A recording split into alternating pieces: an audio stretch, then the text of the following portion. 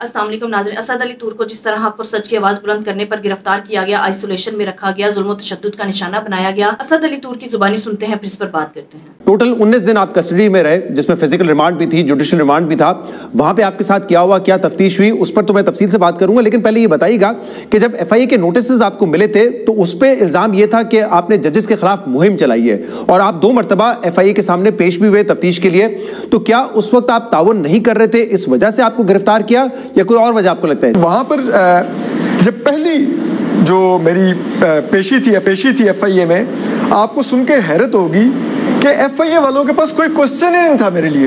کوئی 7-8 گھنٹے آپ وہاں پہ تھے؟ جی 8 گھنٹے میں رہا، اور اس 8 گھنٹے میں کوسچنز یہ تھے کہ جو آپ کر رہے ہیں یہ کیوں کر رہے ہیں؟ میں کہتا تھا بھائی کیا کر رہا ہوں، بتاؤ کیا کر رہا ہوں، مجھے دکھاؤ۔ نہیں وہ یہ، اور ایک سٹیج یہ آئی جب میں نے بار بار انسسٹ کرنا شروع کیا کہ مجھے لسٹ آف ایلیگیشنز دو جس کا مجھ سے جواب مانگو، تو اسی وقت اس کمرے میں 6 لوگ موجود تھے۔ شہزاد صاحب ان میں سے 3 لوگوں نے اپنے موبائلوں پر میرے ویلاگ کھول کے سننے شروع کر دیے، اور ایک بندے نے اپنے اس پہ کمپیوٹر پر میرا ٹویٹر ہینڈل کھولا اور اس پر نام لکھ کے ایک عدالتی شخصیت کا ٹویٹ سرچ کرنے شروع کر دیے، اور پھر وہ دوسرا اس کو بتا رہا اچھا یہ والے کا اسکرین شاٹ لے لو، یہ والے کا اسکرین شاٹ لے لو۔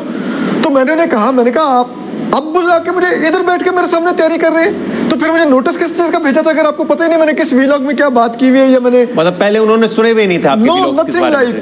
اور پھر جب میں نے یہ کیا تو پھر انہوں نے مجھے ایک پیپر دیا اور کہا کہ اچھا آپ اپنے ڈیفینس میں ایک اسٹیٹمنٹ لکھ کے دیں۔ میں نے کہا کس چیز کے ڈیفینس میں، مجھے کوئی چیز بتائیں نا کہ میں اس کے ڈیفینس میں اسٹیٹمنٹ لکھوں گا۔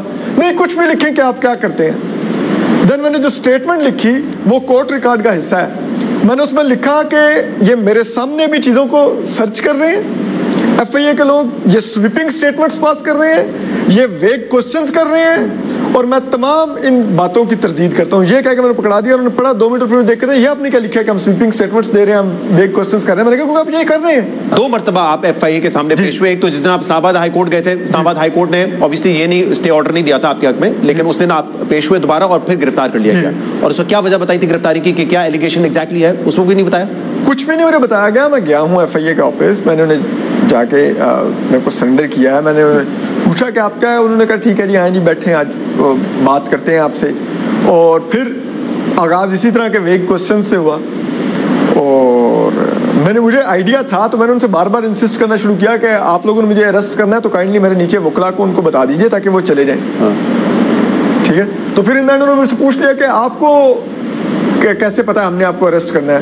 میں نے کہا مجھے آئیڈیا ہے نا، میں نے کہا صحافی ہوں یار، اتنا تو میں چیک کر ہی سکتا ہوں۔ تو انہوں نے کہا اچھا پھر آپ اس وقت کوئی اسپیسیفک بات نہیں کی کہ آپ نے ججز کے خلاف مہم چلا رہے ہیں، ان کے خلاف الزامات لگا رہے ہیں، ایسی کوئی بات نہیں کی؟ نہیں کہ اس وقت پھر کہ آپ نے یہ فلاں ویلاگ میں جو یہ بات کی تھی، ایک ججز کے بارے میں انہوں نے صرف 2 سوالات کیے، اس کے بعد کوئی اس طرف نہیں سوالات کیے۔